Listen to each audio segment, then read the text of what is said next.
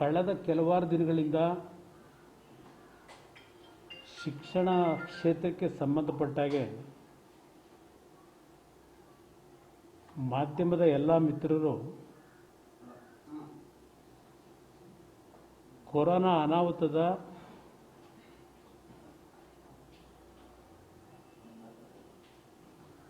ಬಗ್ಗೆ ಪ್ರತಿದಿನ ತಾವು ಸರ್ಕಾರದ ಗಮನ ಸೆಳೆಯತಕ್ಕಂಥ ರೀತಿಯಲ್ಲಿ ಮಾಹಿತಿಗಳನ್ನು ಏನು ನೀಡ್ತಾ ಬಂದಿದ್ದೀರಿ. ಸರ್ಕಾರದ ಶಾಲೆಗಳನ್ನು ಪ್ರಾರಂಭ ಮಾಡತಕ್ಕಂಥ ನಿಟ್ಟಿನಲ್ಲಿ ಖಾಸಗಿಯದು ಮತ್ತು ಸರ್ಕಾರಿ ಎರಡೂ ವರ್ಗದಲ್ಲಿ ಪ್ರಾರಂಭ ಮಾಡತಕ್ಕಂಥ ನಿರ್ಧಾರ ಮಾಡಿದಾಗ ಎಲ್ಲ ಮಾಧ್ಯಮದ ಸ್ನೇಹಿತರು ತಾವು ಅಭಿಯಾನದ ಮುಖಾಂತರ ಅದರ ಅನಾಹುತಗಳ ಬಗ್ಗೆ ಪೋಷಕರುಗಳಲ್ಲಿ ಶಿಕ್ಷಕರುಗಳಲ್ಲಿ ಇರ್ತಕ್ಕಂಥ ಆತಂಕದ ಬಗ್ಗೆ ಅತ್ಯಂತ ಪರಿಣಾಮಕಾರಿಯಾಗಿ ಜನಾಭಿಪ್ರಾಯವನ್ನು ರಾಜ್ಯದಲ್ಲಿ ಸರ್ಕಾರದ ಗಮನ ಸೆಳೆಯತಕ್ಕದ್ದರಲ್ಲಿ ತಾವುಗಳೇನು ಪ್ರಮುಖವಾದಂಥ ಪಾತ್ರ ನಿರ್ವಹಣೆ ಮಾಡಿದ್ದೀರಿ. ಅದರ ಹಿನ್ನೆಲೆಯಲ್ಲಿ ಮುಖ್ಯಮಂತ್ರಿಗಳು ಶಾಲೆಗಳ ಪ್ರಾರಂಭ ಮಾಡ್ತಕ್ಕಂಥದ್ದನ್ನು ಮುಂದೂಡಿ ಜನಪ್ರತಿನಿಧಿಗಳು, ಶಿಕ್ಷಣ ತಜ್ಞರು ಇವರೆಲ್ಲರನ್ನ ಕರೆದು ಚರ್ಚೆ ಮಾಡಿ ನಂತರ ನಿರ್ಧಾರ ಮಾಡ್ತೀವಿ ಅಂತೇಳಿ ಒಂದು ಹೇಳಿಕೆ ನೆನ್ನೆ ಕೊಟ್ಟಿದ್ದಾರೆ.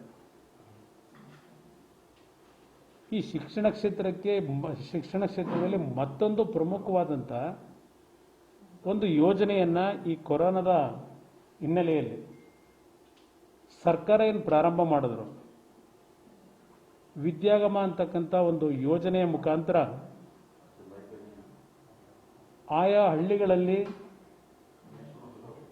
ದೇವಸ್ಥಾನಗಳ ಮುಂದೆ, ಖಾಸಗಿ ಕಟ್ಟಡಗಳಲ್ಲಿ, ವಠಾರಗಳಲ್ಲಿ ಶಿಕ್ಷಕರು ಮಕ್ಕಳಿಗೆ ಒಂದು ತಾತ್ಕಾಲಿಕವಾದಂಥ ಬೋಧನೆಯನ್ನು ಮಾಡಬೇಕು ಅಂತಕ್ಕಂಥ ಆದೇಶ ಹೊರಡಿಸಿ ಶಿಕ್ಷಕರು ಇದರಲ್ಲಿ ಪಾಲ್ಗೊಳ್ಳದೇ ಇದ್ದರೆ ಅವರಿಗೆ ಸಂಬಳವನ್ನು ಸಂಪೂರ್ಣವಾಗಿ ಕಡಿತಗೊಳಿಸ್ತೀವಿ, ಅದರ ಜೊತೆಯಲ್ಲಿ ಎಲ್ಲ ಸೌಲಭ್ಯಗಳನ್ನು ಸಂಪೂರ್ಣವಾಗಿ ಸ್ಥಗಿತಗೊಳಿಸ್ತೀವಿ ಅಂತಕ್ಕಂಥ ರೀತಿಯಲ್ಲಿ ಬೆದರಿಕೆ ಹಾಕಿ ಶಿಕ್ಷಕರುಗಳನ್ನು ಬಲವಂತವಾಗಿ ಈ ಯೋಜನೆಯಲ್ಲಿ ಅವರನ್ನೆಲ್ಲರನ್ನು ಪಾಲ್ಗೊಳ್ತಕ್ಕಂಥ ರೀತಿಯಲ್ಲಿ ಒತ್ತಡಗಳನ್ನು ತಂದಂಥದ್ದು ಏನಿದೆ. ಮಾಧ್ಯಮದ ಮಿತ್ರರು ನಿನ್ನೆಯಿಂದ ಪ್ರಮುಖ ಎಲ್ಲ ಚಾನೆಲ್ಗಳಲ್ಲಿ ಪುನಃ ಈ ಒಂದು ವಿದ್ಯಾಗಮ ಯೋಜನೆಯಿಂದ ಶಿಕ್ಷಕರ ಒಂದು ಕೊರೋನಾದ ಅನಾಹುತದಲ್ಲಿ ಸಾವಿಗೀಡಾಗ್ತಾ ಇರತಕ್ಕಂಥ ಪ್ರತಿಯೊಂದು ಪ್ರಕರಣಗಳನ್ನು ತರಲಿಕ್ಕೆ ಪ್ರಾರಂಭ ಮಾಡಿದ್ರು. ವಿದ್ಯಾಗಮ ಯೋಜನೆ ಪ್ರಾರಂಭ ಆಗೋದಕ್ಕಿಂತ ಮುಂಚೆ ಆದಂಥ ಅನಾಹುತ, ಈ ಕಾರ್ಯಕ್ರಮವನ್ನು ಪ್ರಾರಂಭ ಮಾಡಿರ್ತಕ್ಕಂಥ ಹಿನ್ನೆಲೆಯಲ್ಲಿ ಆಗಿರ್ತಕ್ಕಂಥ ಅನಾಹುತಗಳ ಬಗ್ಗೆನೂ ಮಾಹಿತಿ ಇಟ್ಟರೆ, ಇಂಥ ಪರಿಸ್ಥಿತಿಯಲ್ಲೂ ಸಹ ಇವತ್ತು ನಮ್ಮ ಶಿಕ್ಷಣ ಸಚಿವರು ಮಾಧ್ಯಮಗಳಿಗೂ ಹೇಳಿದ್ರು, ದಾರಿ ತಪ್ಪಿಸ್ತಕ್ಕಂಥ ಕೆಲಸ ಮಾಡಬೇಡಿ, ಮಾಹಿತಿಗಳನ್ನು ಕೊಡಬೇಕಾದ್ರೆ ಯಾವುದೇ ಕಾರಣಕ್ಕೂ ವಿದ್ಯಾಗಮ ಯೋಜನೆಯನ್ನು ನಿಲ್ಲಿಸ್ತಕ್ಕಂಥ ಪ್ರಶ್ನೆ ಇಲ್ಲ ಅಂತಕ್ಕಂಥ ರೀತಿ ಇವತ್ತು ಸಹ ವರದಿ ಬಂದಿತ್ತು. ಅದರ ಬಗ್ಗೆ ತಾವುಗಳು ಬೆಳಗ್ಗೆಯಿಂದ ಪುನಃ ತಮ್ಮ ಚಾನೆಲ್ಗಳಲ್ಲಿ ಈ ವಿಷಯಗಳ ಬಗ್ಗೆ ಪ್ರಸ್ತಾಪ ಮಾಡಿದರೆ ಹಲವಾರು ಕುಟುಂಬದಲ್ಲಿ ಶಿಕ್ಷಕರು ಕೊರೋನಾದಿಂದ ನಿಧನರಾಗಿರ್ತಕ್ಕಂಥ ಸುದ್ದಿಗಳು ಮತ್ತು ಆ ಕುಟುಂಬದ ಪರಿಸ್ಥಿತಿಗಳು. ಈಗ ಒಂದು ಕುಟುಂಬದಲ್ಲಿ ಇಬ್ಬರು ಶಿಕ್ಷಕರು, ತಂದೆ ತಾಯಿ ಇಬ್ಬರು ಶಿಕ್ಷಕರಿದ್ದಾರೆ, ಇಬ್ಬರು ಮರಣ ಹೊಂದಿದ್ದಾರೆ, ಒಂದು ಮಗು ಇದೆ, ಮಗು ಅನಾಥವಾಗಿದೆ. ಅದೇ ರೀತಿಯಲ್ಲಿ ಒಂದು ಕುಟುಂಬದಲ್ಲಿ ಒಂದು ಅಂಗವಿಕಲತೆ ಇರತಕ್ಕಂಥ ಮಗು, ಒಂದು ವಿಕಲಚೇತನರ ಮಗು ಇದೆ, ಇನ್ನೊಂದು ಹೆಣ್ಣು ಮಗಳು ಓದ್ತಾ ಇದ್ದಾಳೆ, ಓದಿಸ್ಲಿಕ್ಕೆ ಸಾಧ್ಯ ಇಲ್ಲ, ಆ ಶಿಕ್ಷಕರು ತೀರ್ಕೊಂಡು ಹೋಗಿದ್ದಾರೆ. ಹೀಗೆ ಅನಾಹುತದ ಮೇಲೆ ಅನಾಹುತ ನಡೀತಾ ಇದ್ರು. ಸರ್ಕಾರ ಒಂದು ರೀತಿ ಬಿಗಿ ನಿಲುವನ್ನು ತಾಳಿದ್ರು. ಅಂತಿಮವಾಗಿ ಈಗ ನಾನು ಮಾಧ್ಯಮದ ಸ್ನೇಹಿತರ ಮುಂದೆ ನನ್ನ ಭಾವನೆ ಹಂಚ್ಕೊಳ್ಳಲಿಕ್ಕೆ ತಮಗೇನು ಆಹ್ವಾನ ಕೊಟ್ಟಿದ್ದೇನೆ. ಈ ಪತ್ರಿಕಾಗೋಷ್ಠಿಯನ್ನು ನಾನು ಪ್ರಾರಂಭ ಮಾಡೋದಕ್ಕಿಂತ ಮುಂಚೆ ಈಗೇನು ಸುದ್ದಿ ಬಂದಿದೆ, ಸರ್ಕಾರ ಇದನ್ನು ಈ ಕಾರ್ಯಕ್ರಮವನ್ನು ಏನು ಸ್ಥಗಿತಗೊಳಿಸಿದ್ದೇವೆ ಅಂತಕ್ಕಂಥದ್ದನ್ನು ಹೇಳಿದ್ದಾರೆ ತಾತ್ಕಾಲಿಕವಾಗಿ. ಇದಕ್ಕೆ ನಾನು ಸರ್ಕಾರ ಈ ಒಂದು ನಿರ್ಧಾರವನ್ನು ಅಂತಿಮವಾಗಿ ತೆಗೆದುಕೊಂಡಿರ್ತಕ್ಕಂಥದ್ದೇನಿದೆ, ತಾತ್ಕಾಲಿಕವಾಗಿ ಸ್ಥಗಿತಗೊಳಿಸ್ತಕ್ಕಂಥ ಆದೇಶವನ್ನು ಹೊರಡಿಸಿದ್ದೇವೆ ಅಂತಕ್ಕಂಥ ಮಾಧ್ಯಮದ ಮುಂದೆ ಮಾಹಿತಿಯನ್ನು ಇಟ್ಟಿದ್ದಾರೆ. ಅದಕ್ಕೆ ವಿಶೇಷವಾಗಿ ಶಿಕ್ಷಕರ ಪರವಾಗಿ, ಆ ಕುಟುಂಬದವರ ಪರವಾಗಿ ನಾನು ಮಾಧ್ಯಮದ ಎಲ್ಲ ಮಿತ್ರರಿಗೆ ಅಭಿನಂದನೆಗಳನ್ನು ಸಲ್ಲಿಸ್ತೀನಿ ಮಾಧ್ಯಮಗಳಿಗೆ. ಅದರ ಜೊತೆಯಲ್ಲಿ ರಾಜ್ಯದ ಮುಖ್ಯಮಂತ್ರಿಗಳಿಗೆ ನಾನು ಈ ವಿಷಯಗಳು ನನಗೆ ಮಾಹಿತಿಗಳು ದೊರಕದ ನಂತರ ಅವರಿಗೂ ಏನು ಮಾಹಿತಿಯನ್ನು ಕೊಟ್ಟಿದ್ದೆ, ಇದರ ಬಗ್ಗೆ ತಕ್ಷಣ ತಾವು ತೀರ್ಮಾನ ತೆಗೆದುಕೊಳ್ತಕ್ಕಂಥದ್ದು ಸೂಕ್ತ ಅಂತಕ್ಕಂಥದ್ದನ್ನು ಮುಖ್ಯಮಂತ್ರಿಗಳ ಗಮನ ಏನು ಸೆಳೆದಿದ್ದೆ.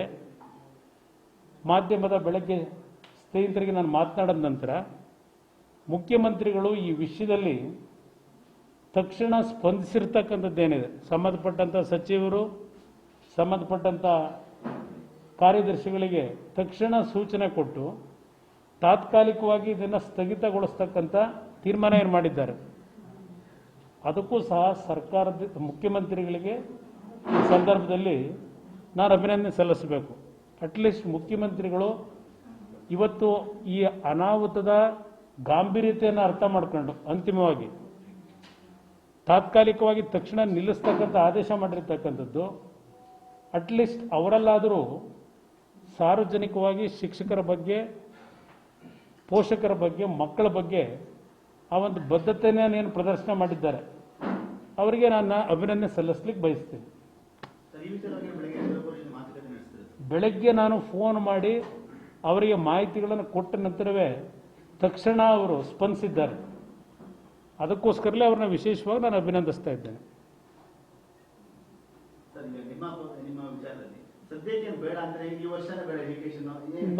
ನಾನು ಸರ್ಕಾರಕ್ಕೆ ಈಗಲೂ ಸಹ ಹೇಳ್ತಕ್ಕಂಥದ್ದು, ಈಗಾಗಲೇ ನಾವು ಅಕ್ಟೋಬರ್ ತಿಂಗಳಲ್ಲಿದ್ದೇವೆ.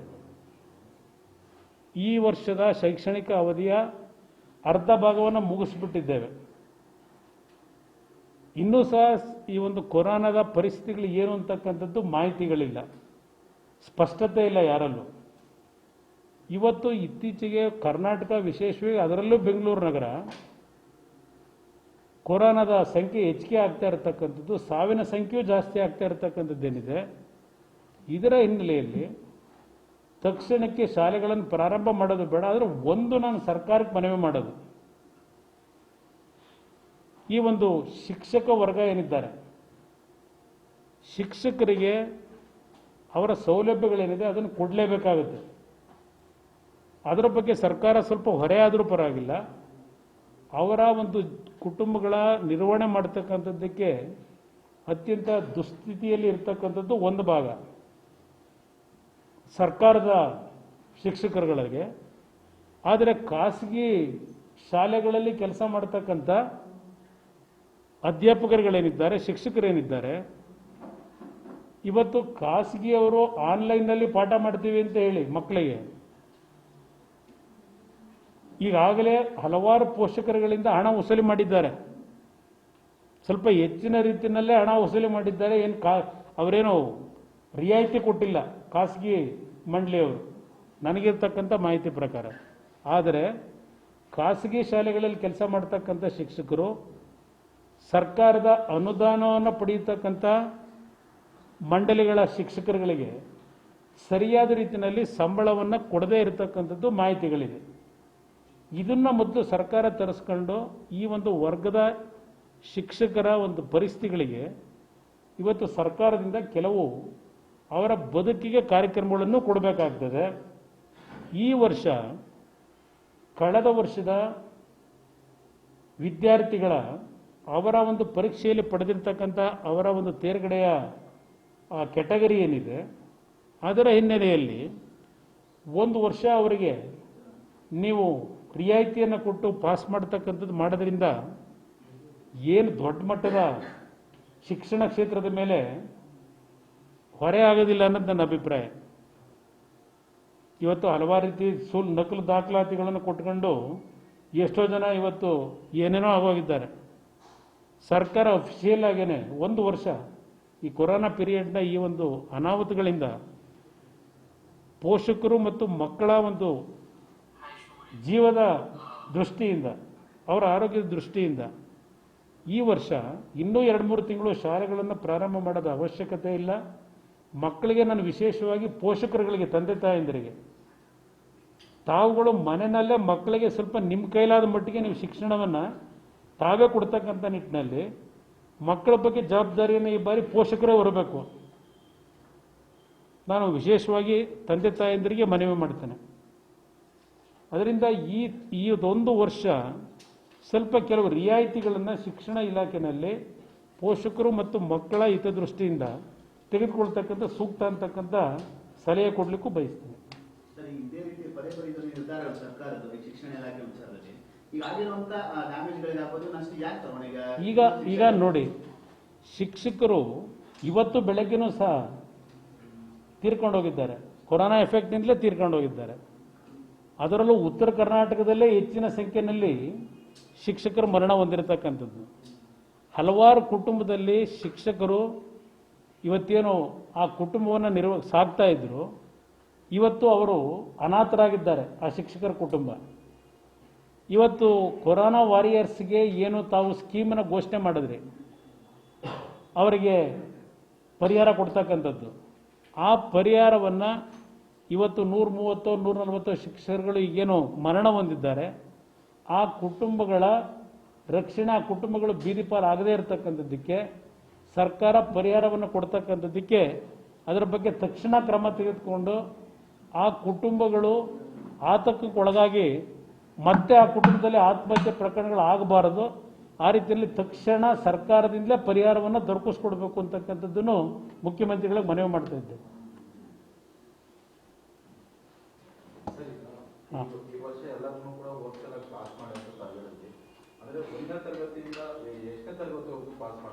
ನೀವು SLC ವರೆಗೂ ಕೊಡ್ಬೋದು, ತೊಂದರೆ ಇಲ್ಲ.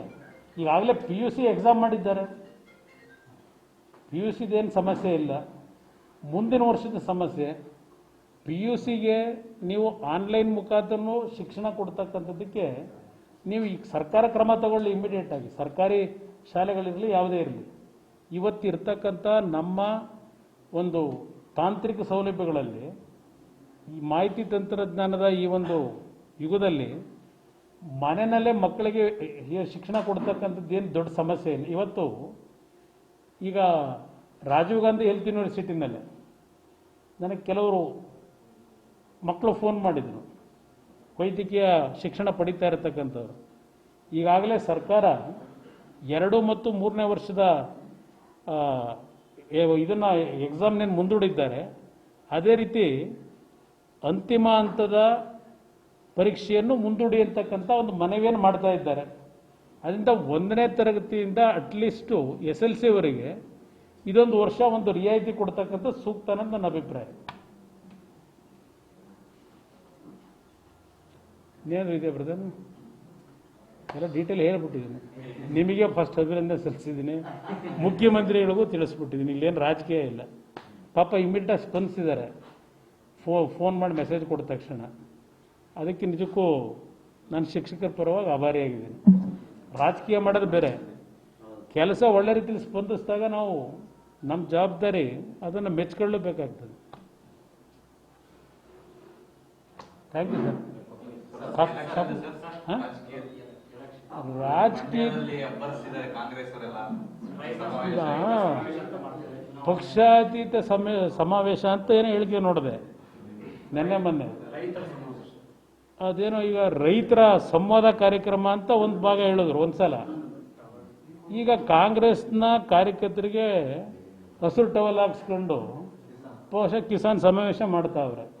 ಅವರು ಪಕ್ಷಾತೀತವಾಗಿ ಅಂತ ಹೇಳಿದವರು ಏನೋ ಸೈನ್ಗಳಾಗಿಸಿ ಸೋನಿಯಾ ಗಾಂಧಿ ಅವ್ರಿಗೆ ತಲುಪಿಸ್ತಾರಂತೆ ರಾಜ್ಯದಿಂದ ಕಾಂಗ್ರೆಸ್ ನಾಯಕರು. ನಾನು ಕೇಳಲಿಕ್ಕೆ ಬಯಸ್ತೀನಿ, ಇವತ್ತು ರೈತರ ಬಗ್ಗೆ ಕಾಂಗ್ರೆಸ್ನ ನಾಯಕರಿಗೆ, ಅದರಲ್ಲೂ ಮಂಡ್ಯ ಜಿಲ್ಲೆಯ ರೈತರ ಬಗ್ಗೆ ವಿಶೇಷ ಕಾಳಜಿಯನ್ನು ತಗೊಂಡವ್ರೆ. ಸಿದ್ದರಾಮಯ್ಯನವರ ಸರ್ಕಾರ 5 ವರ್ಷ ಆಳ್ವಿಕೆ ನಡೆಸಿದಾಗ ಸುಮಾರು 200ಕ್ಕೂ ಹೆಚ್ಚಿನ ಕುಟುಂಬದ ರೈತರು ಆತ್ಮಹತ್ಯೆ ಮಾಡ್ಕೊಂಡ್ರು. ಈಗ ರೈತರ ಬಗ್ಗೆ ಚರ್ಚೆ ಮಾಡೋಕ್ಕೆ ಹೋಗೋರೆ, ಅವ್ರ ಕಷ್ಟ ಸುಖದ ಬಗ್ಗೆ. ಕಾಂಗ್ರೆಸ್ನ ಸರ್ಕಾರ ಇದ್ದು ರೈತರು ಆತ್ಮಹತ್ಯೆ ಮಾಡ್ಕೊಂಡಾಗ ಒಬ್ಬ ಕಾಂಗ್ರೆಸ್ ನಾಯಕರು ಅವ್ರ ಮನೆ ಬಾಗಿಲು ಹೋಗಲಿಲ್ಲ. ಅವತ್ತು JDS ಪಕ್ಷದಿಂದಲೇ ಮೊದಲನೇ ಆತ್ಮಹತ್ಯೆ ಆದಾಗ ಹೋದಂಥದ್ದು JDS ಪಕ್ಷವೇ. ನಂತರ SM ಕೃಷ್ಣ ಅವರು ಹೋದರು. ಆಮೇಲೆ ಒಂದು ದಿವಸ ರಾಹುಲ್ ಗಾಂಧಿ ಅವ್ರನ್ನೂ ಕರ್ಕೊಂಡ್ಬಂದ್ರು. ಅದು ಚೆಕ್ ಬರಲೇ ಇಲ್ಲ. ಅದು ಆ ರೈತನಿಗೆ ದುಡ್ಡು ಕೊಡ್ತೀವಿ ಸರ್ಕಾರದಿಂದ ಪರಿಹಾರ ಅಂತೇಳಿ ಬರಲೇ ಇಲ್ಲ. ಅವತ್ತು ಸಹ ಮಂಡ್ಯ ಜಿಲ್ಲೆಯಲ್ಲಿ ಆ 200 ರೈತ ಕುಟುಂಬಗಳಿಗೆ 50,000 ರೂಪಾಯಿನಿಂದ 1 ಲಕ್ಷ ರೂಪಾಯಿಗಳವರೆಗೆ ಪರಿಹಾರ ಕೊಟ್ಟಿದ್ರೆ ಜನತಾದಳ ರೈತರ ಬಗ್ಗೆ ನಮ್ಮದು ನಿರಂತರವಾದ ಕಾಳಜಿ ಇದೆ.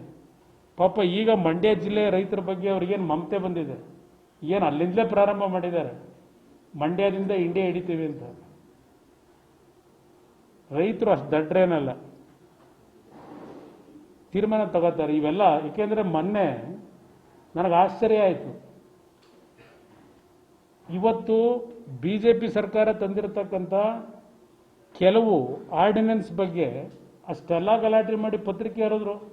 ಆರ್ಡಿನೆನ್ಸ್ ಇದನ್ನು ನೋಟಿಸ್ಗಳನ್ನ ನನಗೆ ಆ ಕಂದಾಯ ಸಚಿವರು ಉತ್ತರ ಕೊಡ್ತಾ ಇದ್ರೆ ತಲೆ ತಗ್ಗಿಸ್ಬೇಕಾದಂಥ ರೀತಿಯ ವಾತಾವರಣ ನಿರ್ಮಾಣ ಆಗಿದೆ ಅಲ್ಲಿ.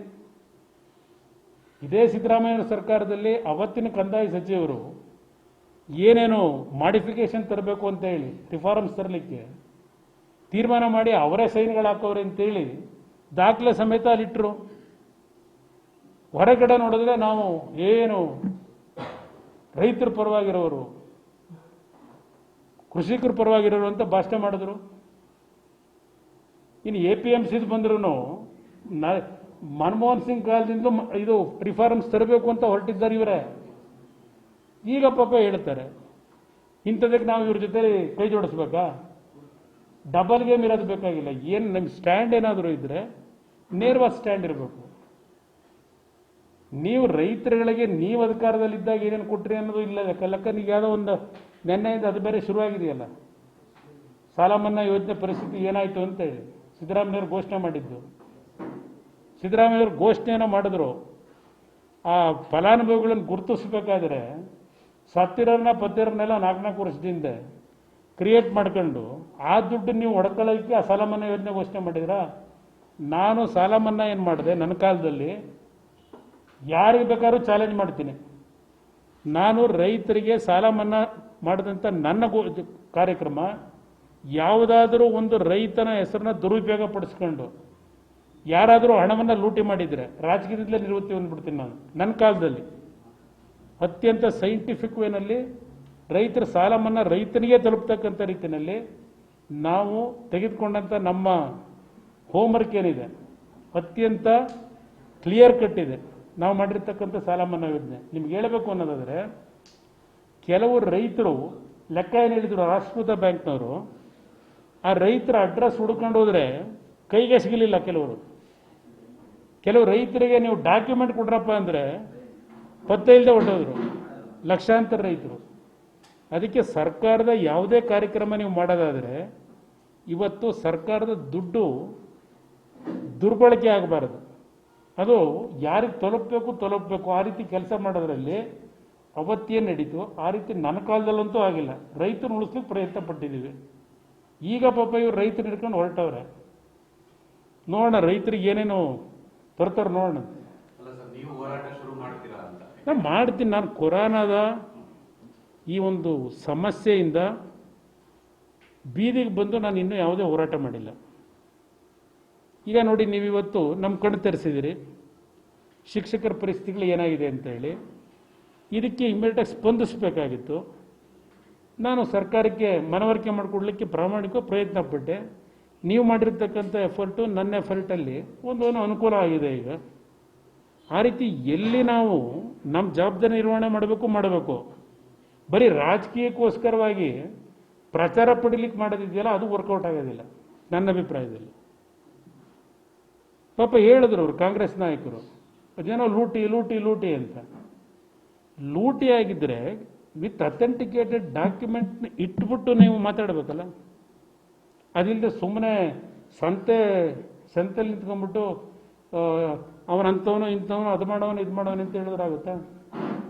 ಒಂದು ಜವಾಬ್ದಾರಿ ವಿರೋಧ ಪಕ್ಷದ್ದು ಬರೀ ಟೀಕೆ ಮಾಡೋದೇ ಅಲ್ಲ, ಮಾಡಬೇಕಾದ್ರೆ ಸರ್ಕಾರ ಎಲ್ಲಿ ಎಡವಿದೆ ಅದನ್ನು ಜನತೆ ಮುಂದೆ ಇಡಬೇಕು. ಬೇಕಾದಷ್ಟು ಇಶ್ಯೂಗಳಿದೆ ಮಾತಾಡೋದಕ್ಕೆ. ಬಟ್ ಈಗ ನಾನು ರಾಜಕೀಯ ಮಾಡೋ ಟೈಮಲ್ಲ ಇದು, ಅದಕ್ಕೋಸ್ಕರವಾಗಿ ಮೌನವಾಗಿ ಎಲ್ಲ ನೋಡ್ತಾ ಇದ್ದೇನೆ. ಇದೊಂದು ಸ್ವಲ್ಪ ಎಲ್ಲ ಅನಾಹುತಗಳು ಕಡಿಮೆ ಆಗ್ಲಿಕ್ಕೆ ಪ್ರಾರಂಭ ಆದಮೇಲೆ ಇರ್ತಕ್ಕಂಥ ಇಶ್ಯೂಗಳ ಮೇಲೆ ವೈಯಕ್ತಿಕವಾಗಿ ಯಾರ ಮೇಲೂ ನಾನು ಹೋಗೋದಿಲ್ಲ. ಭ್ರಷ್ಟಾಚಾರದ ಬಗ್ಗೆ ಏನು ಚರ್ಚೆ ಮಾಡೋದು? ನನಗೆ ಅದೆಲ್ಲ ನೋಡಾಗಿದೆ. ನಾನು ಇವರ ಹೋರಾಟಕ್ಕಿಂತ ಭ್ರಷ್ಟಾಚಾರ ನಿಲ್ಲಿಸೋದಕ್ಕೆ ಇದರ 10 ಪಟ್ಟಷ್ಟು ಹೋರಾಟ ಮಾಡಿದ್ದೀನಿ ನಾನು ಇದ್ದಂತೆ ನನ್ನ ಕಡಿಮೆ ಅವಧಿಯೇ ನನ್ನ ರಾಜಕಾರಣದಲ್ಲಿ. ಅದೆಲ್ಲ ಈಗ ವರ್ಕೌಟ್ ಆಗೋದಿಲ್ಲ ಈಗ. ಅದರಿಂದ ಇವತ್ತು ಪ್ರತಿದಿನ ರಾಜಕೀಯ ಬೇಡ, ನಾವು ಎಲ್ಲೆಲ್ಲಿ ಸರ್ಕಾರನ ಎಚ್ಚರಿಸಬೇಕಾಗ್ತದೆ. ರಾಜಕೀಯ ಮಾಡೋ ಟೈಮಲ್ಲಿ ರಾಜಕೀಯ ಮಾಡೋಣ ಅನ್ನೋದು ನನ್ನ ಅಭಿಪ್ರಾಯ. ರಾಜರಾಜೇಶ್ವರಿ ನಗರನೂ ಸೀರಿಯಸ್ ಆಗಿ ತಗೊಂಡಿದ್ದೀನಿ, ಶಿರಾನೂ ಸೀರಿಯಸ್ ಆಗಿ ತಗೊಂಡಿದ್ದೀವಿ. ರಾಜರಾಜೇಶ್ವರಿ ನಗರನೂ ಮೊದಲಿಂದ ನಮ್ಮ ಪಕ್ಷಕ್ಕೆ ನಿಮಗೆಲ್ಲ ಗೊತ್ತಿದೆ, ನಮ್ಮದೇ ಆದಂಥ ಒಂದು ಬೇಸ್ ಇದೆ. ಅಭ್ಯರ್ಥಿಗಳನ್ನ ನಾವು ಯಾರನ್ನೇ ಮಾಡಿದಾಗಲೂ ಆ ಬೇಸನ್ನು ನಾನು ಕಳ್ಕೊಳ್ಳೋದಕ್ಕೆ ತಯಾರಾಗಿಲ್ಲ. ರಾಜರಾಜೇಶ್ವರಿ ನಗರದಲ್ಲೂ ಭಾಳ ಸೀರಿಯಸ್ ಆಗೇನೆ ಚುನಾವಣೆಯನ್ನು ಯಾವ ರೀತಿ ನಡೆಸಬೇಕು. ನಾವು ಕಾಂಗ್ರೆಸ್ ನಾಯಕರ ಥರ 58 ಜನ 60 ಜನದ್ದು ಉಸ್ತುವಾರಿ ಹಾಕೋದಿಲ್ಲ. ಪಾಪ ಉಸ್ತುವಾರಿ ಹಾಕೋರು ಚುನಾವಣೆ ಆದಮೇಲೆ ಎಲ್ಲೋ ವಿಚಾರ ಗೊತ್ತಿಲ್ಲ. ಆ ಕ್ಷೇತ್ರದ ಜನ ಏನಾದರೂ ಯಾರು ಕೇಳೋರು? ಅವರೊಂಥರ ನಡೆಸ್ಲಿ, ಉಸ್ತುವಾರಿಗಳು ಹಾಕೊಂಡು ಏನೋ ನಡೆಸ್ತಾರೆ. ಪಾಪ ಎಲ್ಲೆಲ್ಲಿ ಜನ ಕರ್ಕೊಂಬಂದು ನಾನು ನನ್ನ ಕಾರ್ಯಕರ್ತನ ಇಟ್ಕೊಂಡು ಯಾವ ರೀತಿಯಲ್ಲಿ ನನ್ನ ಪಕ್ಷದ ಗೌರವ ಉಳಿಸ್ಕೋಬೇಕು, ಆ ಗೌರವ ಉಳಿಸ್ತಕ್ಕಂಥದ್ದಕ್ಕೆ ಹೋರಾಟ ಮಾಡ್ತೀನಿ. ಇಲ್ಲ, ನಾನು ಅದಕ್ಕೇನು ಕಾಯ್ತಾ ಇಲ್ಲ. ಈಗಾಗಲೇ ನಾನು ನನ್ನೂ ಸಹ ಮೀಟಿಂಗ್ ಮಾಡಿ 3 ಜನದಲ್ಲೇ ಒಂದು ತೀರ್ಮಾನ ಮಾಡ್ಕೊಂಬನ್ನಿ ಅಂತ ಹೇಳಿದ್ದೇನೆ. ಅವ್ರು 3 ಯಾಕೆಂದರೆ ಅವ್ರು 3 ಜನವೇ ಅಲ್ಲಿ ಪ್ರಮುಖವಾಗಿರ್ತಕ್ಕಂಥವ್ರು ಈಗ ಆಕಾಂಕ್ಷಿಗಳು. ಅದನ್ನು ಒಂದು ಫೈನಲ್ ಮಾಡ್ಕೊಂಬನ್ನಿ ಅಂತ ಹೇಳಿದ್ದೇನೆ. ನಾಳೆ ಅಂತಿಮವಾಗಿ ಫೈನಲು ಮಾಡ್ತಾ ಇದ್ದೇನೆ. ಸೋಮವಾರ ನಾಮಿನೇಷನ್ ಹಾಕಿಸ್ತಾ ಇದ್ದೇನೆ.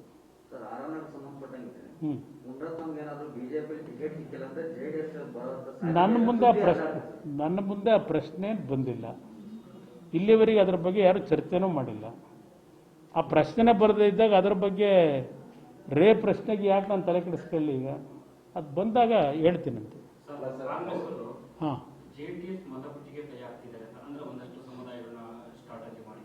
ಸೊ ಜೆಡಿಎಸ್ ವೋಟರ್ಸ್ನ ಈ ಕಳೆದ ಬಾರಿಗೂ ಅವೆಲ್ಲವನ್ನ ಪಡ್ಕೊಳ್ಳೋದಕ್ಕೆ ಮತ್ತೆ ಅವರ ಸ್ಟಡಿ ಮಾಡೋದನ್ನ ಕಾಂಗ್ರೆಸ್ ಪಕ್ಷ JDSನ ಭದ್ರಕೋಟೆಗೆ ಕೈ ಏನಾಗ್ತಾರೆ? JDS ಪಕ್ಷಕ್ಕೆ ಮತ ಕೊಡ್ತಕ್ಕಂಥ, JDS ಪಕ್ಷಕ್ಕೆ ಮತ ತರ್ತಕ್ಕಂಥ ಸ್ಥಳೀಯ ಕಾರ್ಯಕರ್ತರಿದ್ದಾರಲ್ಲ, ಅವ್ರನ್ನ ಅವರು ಕ್ಯಾಪ್ಚರ್ ಮಾಡೋಕ್ಕಾಗಲ್ಲ. JDS ಪಕ್ಷದಲ್ಲಿ ಎಲ್ಲ ರೀತಿ ಅಧಿಕಾರ ಅನುಭವಿಸಿ ಸ್ವಲ್ಪ ಲೈಮ್ ಲೈಟಿಗೆ ಬಂದಿರ್ತಾರಲ್ಲ, ಅಂಥವ್ರನ್ನ ಎಳ್ಕೊಳ್ಳೋದಕ್ಕೆ ಅವ್ರು ಬಲೆ ಹಾಕ್ತಾರೆ. ಮೊದಲಿಂದ ನಡ್ಕೊಂಡು ಬಂದಿರೋದು. ಈಗ ಹಾಕಿರೋದು ಶಿರಾದಲ್ಲಿ ಅದೇ ತಾನೆ. ಅದರ ಕಲ್ಕೆರೆ ರವಿ ಅಂತೇಳಿ ಅವರ ಹೆಂಡತಿಗೆ 4 ವರ್ಷ ನಾವು ನಿರಂತರವಾಗಿ ಜಿಲ್ಲಾ ಪಂಚಾಯತಿ ಅಧ್ಯಕ್ಷರು ಮಾಡಿದ್ವು. ಅದಕ್ಕೆ ಪಾಪ ಅವ್ರಿಗೆ ಕಾಂಗ್ರೆಸ್ಗೆ ಕೆಲಸ ಮಾಡೋಕ್ಕೆ ಹೋಗಿದ್ದಾರೆ. ನಾವಿಲ್ಲಿ ಸ್ಥಾನಮಾನ ಕೊಟ್ಟಿದ್ವಲ್ಲ, ಬೆಳೆಸಿದ್ವಲ್ಲ, ಆ ಬೆಳೆಸಿದ ಶಕ್ತಿ ಪಾಪ ಅವ್ರು ಅಲ್ಲಿ ದಾರಿ ಏರಿಯಕ್ಕೆ ಹೋಗೋರೀಗ. ಆದರೆ ಅವ್ರನ್ನ ಬೆಳೆಸಿದಂಥ ಕಾರ್ಯಕರ್ತರು ಅವರೆಲ್ಲ ನಾವು ಅಭ್ಯರ್ಥಿ ಮಾಡಿದಾಗ ಆ ಜನ ಇನ್ನೂ ನಮ್ಮ ಜೊತೆಲೇ ಇದೆ. ಅದರಿಂದ ಇದಕ್ಕೆ ನಾವು ಆತಂಕವೂ ಇಲ್ಲ, ಏನೂ ಇಲ್ಲ. ದೊಡ್ಡ ದೊಡ್ಡ ನಾಯಕರುಗಳು ಅನ್ನೋರನ್ನ ಪಾಪ ಯಾರನ್ನ ಬೇಕಾದ್ರೂ ಕರ್ಕೊಂಡು ಹೋಗಲಿ, ತುಂಬ ಜನ ಹೋಗಿದ್ದಾರೆ. ಈಗ ಅವ್ರು ನೆಕ್ಸ್ಟ್ ಇರೋದು ಅದೇ ಅಜೆಂಡಾ. JDSನಲ್ಲಿ ಯಾರು ಬೆಳೆದಿದ್ದಾರೆ, 2 ಸಲ 3 ಬಾರಿ ಶಾಸಕರಾಗಿದ್ದವರು, ಅಂಥವ್ರಿಗೂ ಬಲೆ ಬೀಸ್ಕೊಂಡಿದ್ದಾರೆ. ಇದೆಲ್ಲ ಗೊತ್ತಿದೆ ನನಗೆ. ನಾನು ಅಂಥ ಶಾಸಕರುಗಳಿಗೂ ಅಂಥ ಕೆಲವು ಪಕ್ಷದ ಇಲ್ಲಿ ಬೆಳೆದಿರ್ತಕ್ಕಂಥವ್ರಿಗೂ ಹೋಗೋದಿದ್ದರೆ ನೇರವಾಗಿ ಹೋಗಿ, ಈಗಲೇ ರಾಜೀನಾಮೆ ಕೊಟ್ಟೋಗಿ. ಈಗೇನೋ 3 ಜನ ಹೋದರು, ಏನು ಪಕ್ಷ ಮುಳುಗೋಗ್ಬಿಡುತ್ತಾ ರಾಜೀನಾಮೆ ಕೊಟ್ಟೋಗಿ? ಆದರೆ ಯಾವ ಪಕ್ಷ ನಿಮ್ಮನ್ನು ಬೆಳೆಸಿದೆ, ಈ ಮಟ್ಟಕ್ಕೆ ನೀವು ಬಂದಿರ್ತೀರಿ, ಆ ಬಂದಾಗ ಯಾವ ರೀತಿ ಇದ್ರಿ, ಈಗ ಬೆಳೆದಿರೋದು ಯಾವ ರೀತಿ ಬೆಳ್ಕೊಂಡಿದೆ ಅಂತ ಸ್ವಲ್ಪ ನೆನೆಸ್ಕೊಂಡ್ರೆ ಸಾಕಷ್ಟೆ. ನನಗೇನು ನನ್ನ ಜೊತೆಲೇ ಇರಿ ಅಂತ ನಾನೇನು ಯಾರಿಗೂ ಏನು ದಮ್ಮಯ ದತ್ತಯ ಅನ್ನಲ್ಲ. ನನ್ನಿಂದ ಯಾವುದು ತಪ್ಪುಗಳಾಗಿಲ್ಲ. ಆದರೆ ಪಕ್ಷಕ್ಕೆ, ಪಕ್ಷದ ಕಾರ್ಯಕರ್ತರಿಗೆ ದ್ರೋಹ ಮಾಡಬೇಡಿ. ಹೋಗೋದಿದ್ರೆ ಈಗಲೇ ಹೋಗ್ಬಿಡಿ. ಚುನಾವಣೆವರೆಗೂ ಯಾಕೆ ಆಯ್ತೀರಿ? ಮುಂದಿನ ಚುನಾವಣೆ ಬರೋವರೆಗೆ ನಾನು ಯಾರ ಹೆಸರನ್ನ ಹೇಳಲ್ಲ, ಯಾರ ಹೆಸರನ್ನ ಹೇಳಲಿಕ್ಕೆ ಹೋಗೋದಿಲ್ಲ. ಆ ರೀತಿಯ ಭಾವನೆ ಇಟ್ಕೊಂಡಿರೋರು ಇಲ್ಲಿ ಇರೋವರೆಗೆ ಇರ್ತೀನಿ, ಯಾವಾಗ ಚುನಾವಣೆ ಬರ್ತದೆ ಆಗ ನಾನು ಇದು ಹನುಮಂತನ ಥರ ಆರ್ತೀನಿ ಅಂತ ಹೇಳಿ ತೀರ್ಮಾನ ಆಗ ಮಾಡೋದು ಈಗಲೇ ಮಾಡ್ಕೊಂಡು ಹೋಗಿ ಸಂತೋಷವಾಗಿ. ನಾನೇ ನಿಮಗೆಲ್ಲ ಸನ್ಮಾನ ಮಾಡಿ ಮೈಸೂರು ಪೇಟ ತುಡಿಸಿ ಕಳಿಸ್ಕೊಡ್ತೀನಿ. ಮೈಸೂರು ಪೇಟನೂ ಹಾಕಿ, ಶಾಲು ಹೊದಿಸಿ, ಹಾರನೂ ಹಾಕಿ ಕಳಿಸ್ಕೊಡೋದು. ಇದಕ್ಕೆಲ್ಲ ಎದುರಲ್ಲ. ನಾನು ಅನುಭವಿಸಿದ 12 ವರ್ಷದಲ್ಲಿ ಎಲ್ಲರನ್ನೂ ನೋಡಾಗಿದೆ. ಪಾಪ ನನ್ನೇ ಅವರೆಲ್ಲ ಮುಖ್ಯಮಂತ್ರಿ ಮಾಡಿದಾರಲ್ಲ, ಅವರಿಲ್ಲ ಹೋಗಿ ನಾನೆಲ್ಲ ಆಗುವೆ. ಆದರೆ ಅವ್ರು ನನ್ನ ಮುಖ್ಯಮಂತ್ರಿ ಮಾಡೋಕ್ಕೆ ಕೈ ಎತ್ತಬೇಕಾದ್ರೆ ನನ್ನ ದೇಣಿಗೆ ಇಲ್ಲದೆ ಹೋಗಿದ್ರೆ ಅವ್ರು ಕೈ ಎತ್ತಕ್ಕೆ ಬರ್ತಿರ್ಲಿಲ್ವಲ್ಲ. ನನ್ನ ಕಾರ್ಯಕರ್ತರು ಕೈ ಎತ್ತ ಮಟ್ಟಿಗೆ ಶಕ್ತಿ ಕೊಡದೆ ಹೋಗಿದ್ರೆ ನನಗೆ ಬಂದಿಲ್ಲ ಕೈ ಎತ್ತರು. ಅದರಿಂದ ಆ ಲಘುವಾಗಿ ಮಾತಾಡೋದು ನಿಲ್ಲಿಸ್ಲಿ.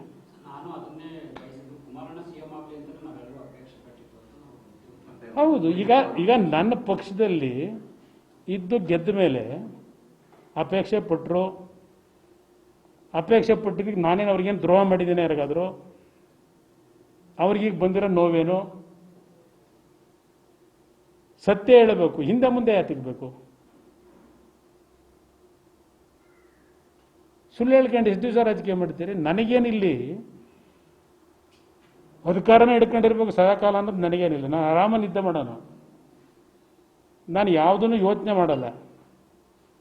ನನಗೇನು ರಾಜಕೀಯ ಪರ್ಮನೆಂಟಾಗಿ ಊಟ ಹೊಡ್ಕೊಂಡು ಯಾವನಾದ್ರೂ ಕೂರೋಕ್ಕಾಗುತ್ತಾ?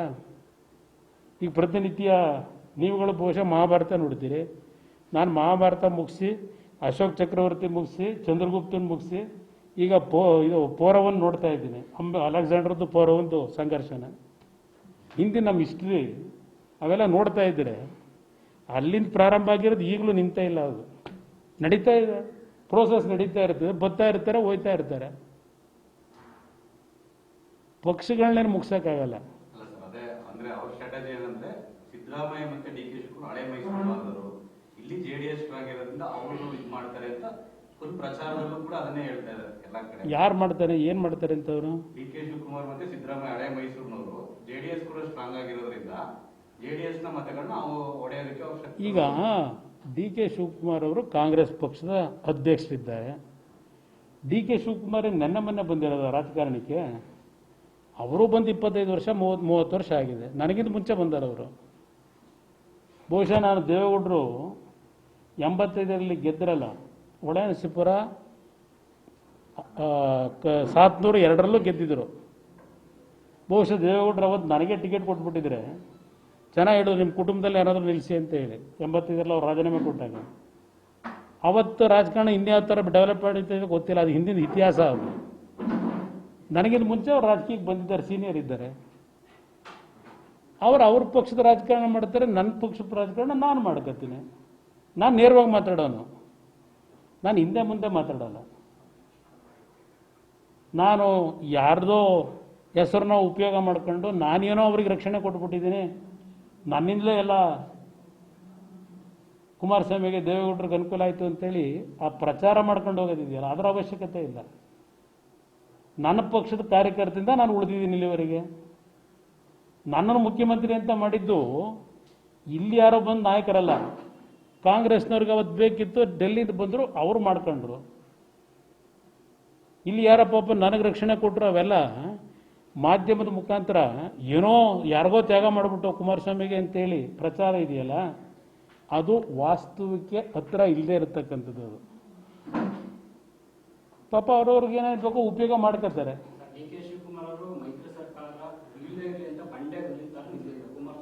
ಅಯ್ಯೋ, ಯಾರು ಬಂಡೆ ಥರ ನಿಂತಿದ್ರು, ಯಾರು ಹೋದ್ರು, ಯಾಕೆ ಈಗ ಚರ್ಚೆ ಮಾಡೋದು? ಅದು ಮುಗಿದೋಗಿರೋ ಕತೆ. ಡೇ ಒನ್ನಿಂದಲೇ ನಡೀತು. ಡೇ ಒನ್ನಿಂದಲೇ ನನ್ನ ಸರ್ಕಾರ ಹೋಗಬೇಕು ಅಂತೇಳಿ ಬಯಸ್ತಾರೆ ಯಾರು? ಈಗ ನಿಮ್ಮದು ಈ ವಿದ್ಯಾ ಇದರದ್ದು ಬಿಟ್ಟು ಇದು ಇಲ್ಲೆಲ್ಲ ಹೊರಟಾಯ್ತದೆ. ರಾಜಕಾರಣ ಮಾಡೋಕ್ಕೆ ಇನ್ನೂ ಟೈಮ್ ಇದೆ ಬ್ರದರ್. ಇವತ್ತು ಈ ಸಮಾಜ ಹೊಡಿಬೇಕು, ಈ ಸಮಾಜದಲ್ಲಿ ಏನೋ ಇವರೇನೋ ಮುಂದಿನ ನಾಯಕರು ಅಂತೇಳಿ ಸೃಷ್ಟಿ ಮಾಡ್ಕೊಳ್ಳೋದಿದೆಯಲ್ಲ, ಆ ಬಡವರಿಗೆ, ಈ ಸಮಾಜದ ಬಡವರಿಗೆ ಯಾರ್ಯಾರ್ದು ಕೊಡುಗೆ ಅನ್ನೋದು ಜನ ಯೋಚನೆ ಮಾಡೋಷ್ಟು ದಡ್ರಲ್ಲ. ನೆನ್ನೆ ನಿಮ್ಮ ಕರ್ಣಂದ ನೋಡ್ತಾ ಇದ್ದೆ ರಾತ್ರಿ, ಕಣ್ಣಲ್ಲಿ ನೀರು ಹಾಕೊಂಡು ಕೇಳ್ತಾನೆ ಕೃಷ್ಣನಿಗೆ, ಯಾತಿಕ್ಕೆ ನನ್ನ ಪರಿಸ್ಥಿತಿ. ಅವ್ರು ಕರ್ಣ ಹೇಳ್ತಾನೆ, ಈ ಯುದ್ಧವೇ ಆಯ್ತಿರಲಿಲ್ಲ, ಯುದ್ಧ ಆಗಕ್ಕೆ 3 ಜನ ಕಾರಣ ಅಂತಾನೆ. ಒಬ್ರು ಭೀಷ್ಮ, ದ್ರೋಣಾಚಾರ್ಯ, ನೀನು ಅಂತ ಹೇಳ್ತಾನೆ ಕೃಷ್ಣ ಹೇಳೋದು. ಅವನು ಕೆಲವು ಮಾತು ಹೇಳ್ತಾನೆ ಕೃಷ್ಣ. ಅವನು ಹೇಳ್ತಾನೆ, ಪಾಪ ಜಾತಿದು ಚರ್ಚೆ ಆಯ್ತದೆ. ನೆನ್ನೆ ನೋಡಿ ಆಶ್ಚರ್ಯ ಆಯ್ತು ನನಗೆ. ಧರ್ಮದ ಬೋಧನೆ ಮಾಡಬೇಕಾದ್ರೆ ಈಗ ನಾನು ಹುಟ್ಟಿದ್ದ ಹಿನ್ನೆಲೆ ಬಗ್ಗೆ, ನನ್ನ ಜಾತಿ ಬಗ್ಗೆ ನಾನು ಏಳಿಸ್ಕೊಂಡು ಬಂದರು ಅಂತ ಹೇಳ್ತಾನೆ. ನಾನು ನೋವು ಪಟ್ಕೊಂಡು ಕೃಷ್ಣ, ಇದು ಕರ್ಣ. ಅದಕ್ಕೆ ಕೃಷ್ಣ ಏನು ಹೇಳ್ತಾನೆ ಅಲ್ಲಿ. ಆಮೇಲೆ ಯಾರು ಸ್ವಾರ್ಥಕ್ಕೋಸ್ಕರವಾಗಿ ಏನೋ ಒಂದು ಗುರಿ ಇಟ್ಕೊಂಡು ಕೆಲಸ ಮಾಡ್ತಾನಲ್ಲ, ನೆನ್ನೆ ಹೇಳ್ತಾನೆ ಕೃಷ್ಣ ಆ ಧರ್ಮದ ಇದರಲ್ಲಿ, ನೆನ್ನೆ ನಿಮ್ಮ ಇದರ ಕರ್ಣದ ವಿಷಯ ಒಳಗೆ, ಯಾರು ಸ್ವಾರ್ಥಕ್ಕೆ ಏನೋ ಒಂದು ಮಾಡ್ಕೋಬೇಕು ಅಂತೇಳಿ ಬಯಸಿ ಹೋಗ್ತಾನೆ, ಸಕ್ಸಸ್ ಆಗಲ್ಲ ಅಂತ ಹೇಳ್ತಾನೆ. ಧರ್ಮ ಹಿಡಿಯಲ್ಲ ಅಂತ. ಯಾರು ಯಾವುದೇ ಸ್ವಾರ್ಥ ಇಲ್ಲದೆ ಇನ್ನೊಬ್ಬನಿಗೆ ಅನುಕೂಲ ಮಾಡಬೇಕು ಅಂತ ಹೋಗ್ತಾನೆ, ಅವನಿಗೆ ಧರ್ಮ ಹಿಡಿತದೆ ಅಂತ ಹೇಳ್ತಾನೆ. ಅದಕ್ಕಿಂತ ಇನ್ನೇನು ಬೇಕು ನಮಗೆಲ್ಲ ಬುದ್ಧಿ ಕಲ್ತ್ಕೊಳ್ಳೋಕ್ಕೆ? ಸರ್, ಕೊನೆಯದಾಗಿ ರಾಜರಾಜೇಶ್ವರಿ ನಗರ ಕ್ಷೇತ್ರ ಅಂತ ಬಂದಾಗ ಸಹಜವಾಗಿ ಅತಿ ಹೆಚ್ಚು ಮತ ಇರ್ತಕ್ಕಂಥದ್ದು ಒಕ್ಕಲಿಗ ಸಮುದಾಯ. ಸೊ ಕಾಂಗ್ರೆಸ್ ನಾಯಕರು ಒಕ್ಕಲಿಗ ಮತದಾರರನ್ನ ಹೆಸರಿಗೋಸ್ಕರ ಟಾರ್ಗೆಟ್ ಮಾಡ್ತಾರೆ. ಅದು ಜನ ತೀರ್ತಾರೆ, ಚರ್ಚೆ ಮಾಡ್ತಾರೆ. ಬನ್ನಿ, ಈಗ ಒಕ್ಕಲಿಗರ ಓಟ್ ಮೇಲೆ ಕಾನ್ಸಂಟ್ರೇಟ್ ಮಾಡಬೇಕು, ಒಕ್ಕಲಿಗರ ಓಟ್ ಜಾಸ್ತಿ ಇದೆ, ಒಕ್ಕಲಿಗರನ್ನ ಗೆಲ್ಲಿಸಿ ಅಂತ ಕೇಳೋರು. ನಾನು ಅದಕ್ಕೆ ನೆನ್ನೆ ಹೇಳಿದ್ದು, ಹಿಂದೆ ಯಾರಪ್ಪ ತೆಗೆದಿದ್ದು? ಒಕ್ಕಲಿಗರು ಯಾರು MLA ಯಾರು ತೆಗೆದಾರೆ ಯಾರು? ಈಗ ಒಕ್ಕಲಿಗರನ್ನ ಗೆಲ್ಲಿಸಿ ಅಂತ ಹೋದ್ರೆ ಜನ ಏನಂತಾರೆ? ಜನ ಯೋಚನೆ ಮಾಡಲ್ವಾ? ಇಲ್ಲಿ ಜಾತಿ ಪ್ರಶ್ನೆ ಅಲ್ಲ. ನೆನ್ನೆ ಕೃಷ್ಣ ಹೇಳೋದು ಅದೇ. ಅವತ್ತಿಂದಲೂ ನಡ್ಕೊಂಬಂದಿದೆ ಈ ಜಾತಿ ವ್ಯವಸ್ಥೆಗಳು. ಯಾರು ತಮ್ಮ ಸ್ವಾರ್ಥಕ್ಕೆ ಜಾತಿ ಹೆಸರನ್ನು ಉಪಯೋಗ ಮಾಡ್ಕೋತಾರೆ, ಅದರಂತ ಇನ್ನೊಂದು ಅಧರ್ಮದ ಕೆಲಸ ಇಲ್ಲ ಅಂತ ಹೇಳ್ತಾರೆ. ಅದರಿಂದ ಇವೆಲ್ಲ ನಾವು ಇತಿಹಾಸಗಳು ನೋಡ್ತಾ ಹೋದರೆ ಏನೇನು ನಡಿಬೇಕೋ ನಡೀತಾ, ಅವ್ರವ್ರಿಗೆ ಬೇಕಾದ್ರೆ ಯಾವ ಜಾತಿ ಬೇಕಾದ್ರೂ ಉಪಯೋಗ ಮಾಡ್ಕೋತಾರೆ, ಯಾರಿಗೆ ಬೇಕಾದ್ರೂ ಟೋಪಿನೂ ಹಾಕ್ತಾರೆ. ಈಗ ಜನಗಣತಿದೆ ನಿಮ್ಮ ಸಿದ್ದರಾಮಯ್ಯನವರು, ಅವರೇ ಕೋಆರ್ಡಿನೇಷನ್ ಕಮಿಟಿ ಚೇರ್ಮನ್ ಇದ್ದಾರಲ್ಲ, ಮಾಡಲೇಬೇಕು ಅಂತ ಹಠ ಮಾಡಿ ನನ್ನ ಮೇಲೆ ಹೇಳಿದ್ರೆ ಅದು ಮಾಡಲೇಬೇಕಾಗಿತ್ತು. ಯಾರು ಕೇಳಲೇ ಇಲ್ಲ ನನ್ನ ಮಾಡಿ ಅಂತ. 14 ತಿಂಗಳಿದ್ದಾಗ ಈಗ ಡಿಮ್ಯಾಂಡ್ ಇಡ್ತಾರಲ್ಲ, ಈಗ ಶುರು ಆಗಿದೆಯಲ್ಲ.